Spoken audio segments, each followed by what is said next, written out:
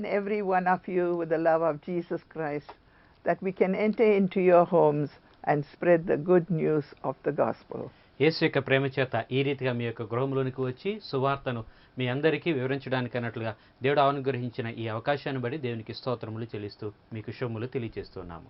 We just thank God for this opportunity and for the way God has led us that we should do this program, and you should be the witnesses for Jesus Christ. ఈ యొక్క కార్యక్రమాన్ని ఈ రీతిగా మేము చేయడానికి మీరందరూ కూడా క్రీస్తు కొరకు సాక్షులుగా ఉండడానికి దేవుడిచ్చిన అవకాశంకు దేవునికి స్తోత్రములు చెల్లిస్తున్నాము. We thank God for all the people who worked for this program, and we remember that each one played the part that God wanted them to do. ఈ యొక్క కార్యక్రమంలో ఈ రీతిగా మీ అందరూ కూడా చూడడానికి అనుకూలమైనటువంటి రీతిగా ఉపకరించినటువంటి వారందరికీ కూడా దేవుని యొక్క వందనములను తెలియజేస్తూ ఉన్నాము. Already there was a rumor going around, started by the high priest and the elders, that the body of Christ was stolen by the disciples. ఎందుకనగా ఆనాటి కాలంలో ప్రధాన యాజకులైనటువంటి వారు మిగిలినటువంటి పెద్దలైనటువంటి వారు యేసుక్రీస్తు యొక్క శరీరాన్ని ఆయన శిష్యులైనటువంటి వారు దొంగిలించారు అనేటువంటి అబద్ధాన్ని అక్కడ ప్రాచుర్యపరచడం జరిగింది. Even though Pontius Pilate permitted the temple authorities to guard the tomb as the high priest requested Pilate to tighten the security at the tomb. అక్కడ ఉన్నటువంటి ప్రధాన యాజకులు మిగిలినటువంటి వారు పిలాతు దగ్గరికి వెళ్ళి ఆ సమాధి దగ్గరికి ఉంచినటువంటి సైనికులైనటువంటి వారిని మీరు జాగ్రత్తగా ఉంచాలి అని ఆయనను వేడుకొనటం వలన ఆ యొక్క అధికారాన్ని కూడా ప్రధాన యాజకులకే పిలాతు అప్పగించి వేశాడు. They feared that the disciples may steal the body, since Jesus himself told the public on a few occasions that he would rise again on the third day. యేసుక్రీస్తు ప్రభువారు ప్రజలైనటువంటి వారితో మాట్లాడుతున్నటువంటి సమయంలో తాను చంపబడతానని అయినప్పటికీ మూడవ దినమున తిరిగి లేస్తాను అనేటువంటి విషయాన్ని తెలియజేశాడు. కాబట్టి ఆ మాట నెరవేర్పులోనికి రావడానికి అన్నట్లుగా శిష్యులు ఆయన శరీరాన్ని దొంగిలించి వేస్తారేమోనని వారు భయపడుతున్నారు. The book of Matthew chapter 28 and verse 13 to 15 says, మత్తయి సువార్త 28వ అధ్యాయము 13వ వచనం నుంచి 15వ వచనం వరకున్న వాక్య భాగాన్ని చూసినట్లయితే, the soldiers appointed to protect the tomb were paid by the high priest to spread false information about the disciples stealing Christ's body. అక్కడ ఈ యొక్క సైనికులైనటువంటి వారికి ప్రధాన యాజకులైనటువంటి వారు కొంత సొమ్ము ఇస్తూ ఉన్నారు. శిష్యులైనటువంటి వారు వచ్చి యేసు శరీరాన్ని దొంగిలించుకుని వెళ్ళారు అనేటువంటి అబద్ధ సాక్ష్యము మీరు చెప్పండి అని వారిని ప్రేరేపిస్తూ ఉన్నారు. While Paul was persecuting the Christians earlier, he himself had believed this story. అయితే పౌలు క్రైస్తవులైనటువంటి వారిని మునుపు హింసించేటువంటి సమయంలో ఈ యొక్క అబద్ధ సాక్ష్యాన్ని అతడు నమ్మినటువంటి వాడుగా ఉన్నాడు. When Paul declared that Christ was alive, the crowd did not want to believe it. అయితే ఇప్పుడు ఈ యేసు సజీవుడు అనేటువంటి విషయాన్ని పౌలు ప్రకటించడం జరుగుతూ ఉన్నప్పుడు ప్రజలు దానిని నమ్మడానికి ముందుకు రావడం లేదు. At the same time, they expected Paul to do some miracles in front of the crowd at the temple. అదే సమయంలో ఆ యొక్క మందిరములో ప్రజలైనటువంటి వారందరి ఎదుట పౌలు ఏదైనా అద్భుత కార్యము చేస్తాడేమో అని కూడా వారు ఎదురు చూస్తూ ఉన్నారు. They also believed that Apostle Paul took some Greeks like Trophimus into the Jerusalem temple in a cart. ఇక్కడ కనుక మనం ఆలోచించేసినట్లయితే ఈ యొక్క పౌలు గారు త్రోఫెనస్ అనేటువంటి కొందరు గ్రీకులను కూడా మందిరములోనికి తీసుకుని వెళ్ళాడు అనేటువంటి ఆలోచన కూడా యూదులు చేస్తూ ఉన్నారు. Remember, only the Jews were allowed into the Jewish temple and not the Gentiles. ఒకసారి మనం ఆలోచించేసినట్లయితే యెరూషలేములో ఉన్నటువంటి యూదుల మందిరములోనికి కేవలం యూదులు మాత్రమే ప్రవేశించడానికి అర్హత ఉన్నది కానీ అన్యులకు దానిలో ప్రవేశము లేదు. If any non-Jewish people enter the palace place meant for the Jews, they were awarded the death penalty. మందిరములో యూదుల కొరకు ఏర్పాటు చేయబడినటువంటి స్థలములోనికి అన్యులు ఎవరైనా వచ్చినప్పటికీ వారికి మరణశిక్ష వేయబడవలసినటువంటి విషయం ఉన్నది. Can you imagine how serious it would have been if any outsider enters the temple to worship God? దేవుని ఆరాధన చేయడానికి అన్యులైనటువంటి వారు ఎవరైనా యూదుల యొక్క స్థలములోనికి వెళ్ళినట్లయితే అక్కడ పరిస్థితి ఎంత భయంకరంగా మారిపోతుందో మీరు ఊహించగలరా? Romans had granted the Jewish religious leaders the authority to judge anybody who broke the religious laws. ఈ యొక్క యూదులైనటువంటి వారి యొక్క మత విషయాల్లో ఎవరైనా వారి మతానికి వ్యతిరేకంగా ఉన్నట్లయితే వారికి తగినటువంటి శిక్ష వేయగలిగినటువంటి అధికారాన్ని యూదులకు రోమీయులు అప్పగించి వేశారు. This authority includes the right of execution. ఈ రీతిగా వారికి ఇవ్వబడినటువంటి అధికారంలోనే మరణశిక్ష వేయగలిగినటువంటి అధికారం కూడా ఉన్నది. మనం కృతజ్ఞత చెప్పాలి. I had mentioned earlier నేను ముందుగా మీకు తెలియజేసినటువంటి రీతిగానే that those who served in the Roman army for more than 25 years were given Roman citizenship. దాదాపుగా రోమా సైన్యములో 25 సంవత్సరాల కన్నా ఎక్కువగా పనిచేసినటువంటి వారికి ఈ రోమా పౌరసత్వం అనేటువంటిది ఇవ్వబడుతూ ఉంటుంది. Apostle Paul's grandfather would have worked as a soldier in the Roman army for more than 25 years. అయితే పౌలు గారి యొక్క తాతగారు రోమా సైన్యములో దాదాపుగా 25 సంవత్సరాల కన్నా ఎక్కువ పనిచేసి ఉంటాడు గనుక ఆయనకు ఈ పౌరసత్వం ఇవ్వబడి ఉండవచ్చు. Paul's father was born a Roman citizen or was a citizen by birth. మరి ఈ రీతిగా పౌలు గారి యొక్క తండ్రి గారు రోమా పౌరసత్వాన్ని కలిగి ఉన్నాడు లేక రోమా పౌరుడుగా జన్మించి ఉన్నాడు. The soldiers had made two mistakes. ఈ సైనికులైనటువంటి వారు ఇక్కడ రెండు తప్పిదాలను చేస్తూ ఉన్నారు. And they were quick to undo them.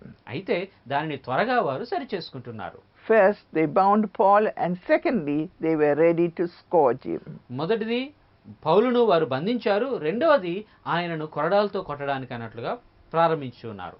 No doubt, Claudius and his men were kind to Paul after finding out that he was a Roman citizen. కానీ ఎప్పుడైతే పౌలు రోమీయుడు అనేటువంటి విషయాన్ని తెలుసుకున్నారో క్లౌదియా మిగిలినటువంటి వారందరూ కూడా ఆయనకు స్నేహభావముగా మెసులుతూ ఉన్నారు. God was using the great power of the empire to protect his servant and eventually take him to Rome. అయితే ఒక విషయాన్ని మనం గమనించినప్పుడు దేవుడు తన యొక్క సేవకుని సంరక్షించడంలోను చివరికి రోమునకు తీసుకుని వెళ్ళడంలోను కూడా ఆ యొక్క రోమా అధికారాన్ని ఇక్కడ వాడుకుంటున్నాడని మనం చూడగలము. I presume that Paul's friends Aquila and Priscilla ఇక్కడ మనం ఆలోచన చేసినట్లయితే పౌలు గారి యొక్క స్నేహితులలో అకుల మరియు ప్రిస్సిల్లా అనేటువంటి వారు Luke, Timothy, Titus and Silas would have been in the same place witnessing the event. లూకా గారు, తిమోతి, తీతుకు అలాగే శీలా అనేటువంటి వీరందరూ కూడా ఇక్కడ జరుగుతున్నటువంటి వాటన్నిటిని చూస్తూ ఉండి ఉంటారు.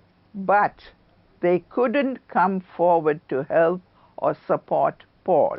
కానీ పౌలునకు వారు సహకారం చేయడానికి కానీ లేకపోతే పౌలును అక్కడి నుంచి విడిపించడానికి కానీ ముందుకు రాలేకపోతున్నారు. They were practically helpless.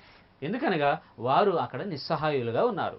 For Paul and his associates, it may have seemed like the end of the road, but God had other plans. పౌలునకు అలాగే అతనితో ఉన్నటువంటి వారికి ఇక పౌలు యొక్క జీవితం ఇంతటితో ఆగిపోతుంది అనేటువంటి రీతిగా ఉండవచ్చు కానీ దేవునికి మాత్రం ఒక ప్రణాళిక కలిగి ఉన్నది. Luke, the witness of all these events in the temple, had written it down clearly in the book of Acts. ఈ రీతిగా ఆ యొక్క మందిరంలో జరిగినటువంటి వాటన్నిటిని ప్రత్యక్షంగా చూచినటువంటి లూకా గారు వాటన్నిటిని కూడా అపోస్తల కార్యముల గ్రంథములో రాస్తూ ఉన్నాడు. As Claudius wanted to find out the real reason why the crowd was agitated to kill Paul. ఈ యొక్క క్లౌదియా పౌలును ప్రజలైనటువంటి వారు నిజంగా ఎందుకు చంపాలనుకుంటున్నారు అని తెలుసుకోవాలనుకున్నాడు గనుక He would have asked all the Sanhedrin council members to assemble and may have brought Paul before them to be interrogated. మరి ఇక్కడ మనం ఆలోచన చేసినప్పుడు ఈ యొక్క సన్హెద్రిను సభ వారందరినీ పిలిచి వారి మధ్యకు పౌలును తీసుకుని వచ్చి వారి మధ్య ఈ యొక్క విభేదం ఏమిటో తెలుసుకోవడానికి అన్నట్లుగా ప్రయత్నించాలనుకున్నాం. You can read this in the book of Acts chapter 23 and verse 1. ఈ యొక్క విషయాలను మనము అపోస్తల కార్యముల గ్రంథం 23వ అధ్యాయము మొదటి వచనంలో చదువుతూ ఉంటాము. After all, Paul was not proved guilty of any crime. ఎందుకనగా ఇప్పటికి కూడా పౌలు ఏ విధమైన తప్పు చేసినట్లుగా నిరూపించబడలేదు. If you read the book of Leviticus chapter 19 and verse 15, it says, ఒకసారి మనము లేవి కాండము 19వ అధ్యాయము 15వ వచనాన్ని గనక చదివినట్లయితే You shall do no injustice in judgment. న్యాయము తీర్చునప్పుడు మీరు అన్యాయముగా ప్రవర్తించకూడదు. You shall not be partial to the poor, nor honor the person of the mighty. భేదవాడని పక్షపాతము చేయకూడదు, గొప్పవాడని అభిమానము చూపకూడదు. In righteousness you shall judge your neighbor. న్యాయమును బట్టి నీ పొరుగువానికి తీర్పు తీర్చవలెను. In the book of Acts, chapter 23 and verse 3, we see Paul replies saying, అయితే అపొస్తలుల కార్యములు 23వ అధ్యాయం 3వ వచనం దగ్గరికి వచ్చేటప్పటికి పౌలు యొక్క సమాధానాన్ని మనం చూచినప్పుడు, God will strike you, you whitewashed wall. సున్నము కొట్టిన గోడ దేవుడు నిన్ను కొట్టును. For you sit to judge me according to the law, and do you command me to be a stuck contrary to the law. నీవు ధర్మశాస్త్రము చొప్పున నన్ను విమర్శింప కూర్చుండి ధర్మశాస్త్రమునకు విరోధముగా నన్ను కొట్ట నాజ్ఞాపించుచున్నావా అనెను. By calling the high priest a whitewashed wall, Paul was simply saying that the high priest was a hypocrite. ఈ ప్రధాన యాజకుడిని సున్నము కొట్టినటువంటి గోడ అని పిలవడం వలన ఈ ప్రధాన యాజకుడు మోసముగా ప్రవర్తిస్తున్నాడని తెలియచేస్తూ ఉన్నాడు. Paul didn't apologize. Rather, he showed respect for the office but not to the man. ఇక్కడ కానీ మనం ఆలోచన చేసినట్లయితే ఈ రీతిగా మాట్లాడినందుకు పౌలు క్షమించమని అడగలేము లేదు, కానీ అతని యొక్క న్యాయమైనటువంటి రీతిగా ఈ యొక్క విషయాన్ని తెలియచేయడాన్ని మనం చూస్తాము. The high priest Ananias was indeed one of the most corrupt human beings ever to be appointed as high priest. ఇక్కడ ప్రధాన యాజకుడైనటువంటి అననీయ అప్పటి వరకు ప్రధాన యాజకులకు ఏర్పాటు చేయబడినటువంటి వారందరిలో కన్నా చెడ్డవాడుగా పేరు సంపాదించుకున్నాడు. He stole the tithes from the other priest and did all he could to increase his authority. మరి మనం ఆలోచన చేసినట్లయితే అతడు మిగిలినటువంటి యాజకులకు ఇవ్వవలసినటువంటి వాటిలో నుంచి దశమ భాగాన్ని దొంగిలించి తన యొక్క అధికారాన్ని పెంచుకోవడానికి వాటిని ఉపయోగించుకున్నాడు. He was a brutal man who cared more for Rome's favor than he cared for Israel's welfare. మరి ఇశ్రాయేలీయులైనటువంటి వారి యొక్క యోగక్షేమములకు బదులుగా రోమియుల దగ్గర తన యొక్క పరపతి పెంచుకోవడానికి అన్నట్లుగానే ఈ ప్రధాన యాజకుడు పనిచేశాడు. Paul spoke prophetically. అయితే ఇక్కడ పౌలు ప్రవచనాత్మకంగా మాట్లాడుతున్నాడు. That God would strike him, and God indeed strike this wicked man. మరి దేవుడు నిన్ను కొడతాడు అని చెప్పినప్పుడు దేవుడు అదే రీతిగా ఈ యొక్క ప్రధాన యాజకుని ఆయన శిక్షించడాన్ని మనం చూస్తాము. Some say Paul didn't know who the high priest was. అయితే కొందరు పౌలునకు ఈ యొక్క ప్రధాన యాజకుడు ఎవరు అనేటువంటి విషయం తెలియదు అని కూడా అంటుంటారు. Perhaps the high priest was not wearing his traditional garments and sitting in his usual place. ఎందుకనగా ఈ యొక్క ప్రధాన యాజకుడు తాను ధరించవలసినటువంటి యాజక వస్త్రాలను ధరించుకోలేదు, అదే సమయంలో అతడు కూర్చుండవలసినటువంటి స్థలములో కూర్చోలేదు. Also, Paul had been away from the Jewish religious scene for many years. అంతేకాకుండా పౌలు గారు కూడా ఈ యొక్క యూదుల యొక్క మత విషయాల నుండి చాలా కాలము దూరముగా ఉన్నాడు. Probably he didn't know many people in the council too. అంతేకాకుండా ఆ యొక్క సమాజంలో ఉన్నటువంటి వారిలో ఎక్కువ మంది కూడా పౌలునకు తెలియకపోవచ్చు. History records that when the Jews revolted against Rome in AD 66, చరిత్రలో గనుక మనం ఆలోచన చేసినట్లయితే క్రీస్తు శకము 66వ సంవత్సరంలో యూదులైనటువంటి వారు రోమియులకు వ్యతిరేకంగా తిరగబడినప్పుడు 3 years later Ananias had to flee for his life because of his sympathies with Rome. మరి రోమియులైనటువంటి వారితో అతడు మంచిగా ఉండడానికి ప్రయత్నించడాన్ని బట్టి అననీయ తన ప్రాణమును కాపాడుకోవడానికి పారిపోవలసి వచ్చింది. The Jewish guerrillas found him hiding in a place and they killed him. అయితే ఆ సమయంలో ఒక చోట దాక్కున్నటువంటి ఈ వ్యక్తిని కనుగొన్నటువంటి యూదులు అతన్ని అక్కడ చంపివేశారు. It was an ignominious death for this man.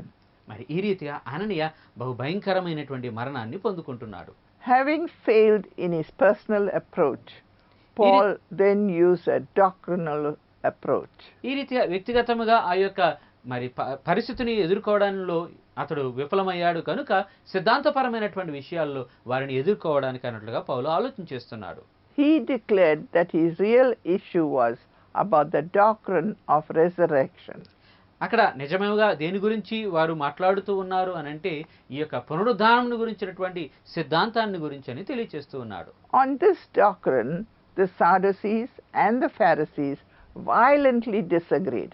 ఈ యొక్క సిద్ధాంతం మీద సద్దుకైనటువంటి వారు అలాగే పరిశీలైనటువంటి వారు ఎంత మాత్రము కూడా అంగీకరించరు.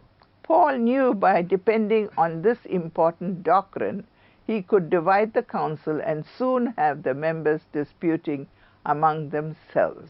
ఈ రీతిగా ఆ సిద్ధాంతం మీద ఆధారపడినట్లయితే తప్పకుండా ఆ యొక్క సమాజము వారి మధ్య విభేదం వస్తుందని, దాన్ని బట్టి తను అక్కడి నుంచి తప్పించుకోగలడు అని పౌలు ఆలోచన చేస్తున్నాడు. Generally, Pharisees believed in the resurrection, but the Sadducees did not believe in it.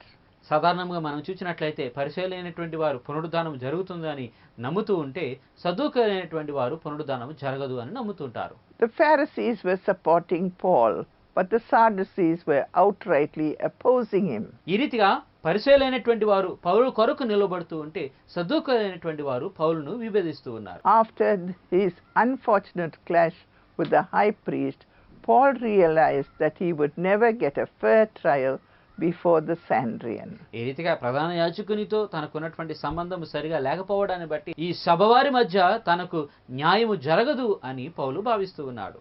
If the trial had continued, he would have been condemned, taken out and stoned as a blasphemer.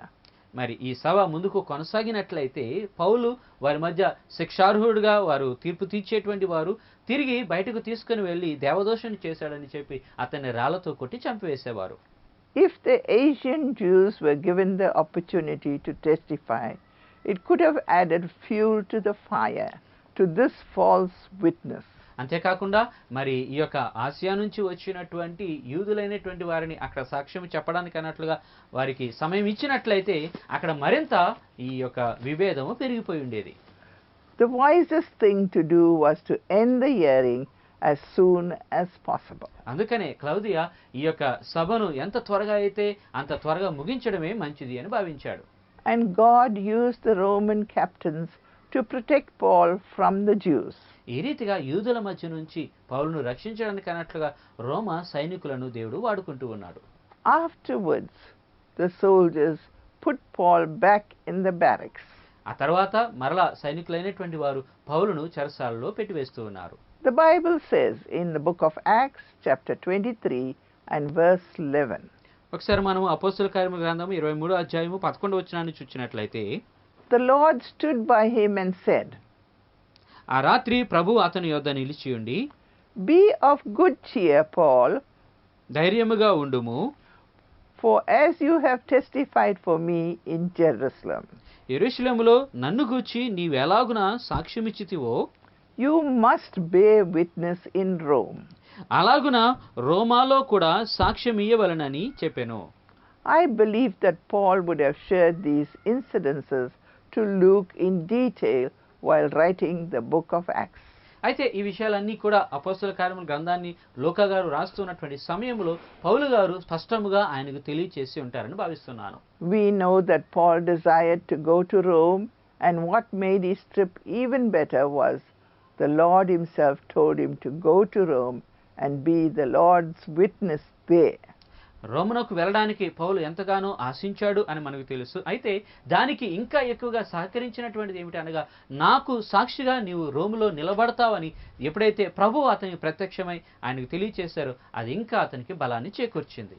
On the whole, the Lord was with Paul, and he was fulfilling his perfect plan to get his faithful servant to Rome. ఈ రీతిగా అన్ని విషయాల్లోనూ దేవుడు ఆయనకు సహకారుగా ఉండి రోమునకు వెళ్ళి దేవుని కొరకు సాక్షిగా నిలబడ్డంలో ఈ పౌలునకు దేవుడే సహకారం చేస్తూ ఉన్నారు. Apostle Paul's life had been in danger from the very beginning of his ministry. అయితే అపోస్తలుడైనటువంటి పౌలు యొక్క పరిచర్య ప్రారంభము నుంచి కూడా ప్రాణాపాయం అనేటువంటిది ఆయనకు వెంటనే వస్తూ ఉండేది. Next week we are going to talk about how God protected Paul from the hands of Jews and appealed his case to Caesar. అయితే వచ్చే వారంలో ఈ యూదుల యొక్క చేతుల్లో నుంచి దేవుడు పౌలును ఎలా రక్షించారు, ఆ తర్వాత పౌలు ఎలాగున మరి కైసరునకు ఆయన విజ్ఞాపన చేసుకోవడానికి అన్నట్లుగా నిర్ణయం చేసుకున్నాడో తెలియచేయబోతున్నాము. I do hope to see you all next week, same time, same place. Till then, God bless you all. వచ్చే వారము ఇదే సమయంలో ఇదే స్థలంలో మీ అందరిని కూడా తిరిగి నేను కలుసుకోవాలనుకుంటున్నాను. అప్పటి వరకు దేవుడు మీ అందరినీ ఆశీర్వదించు.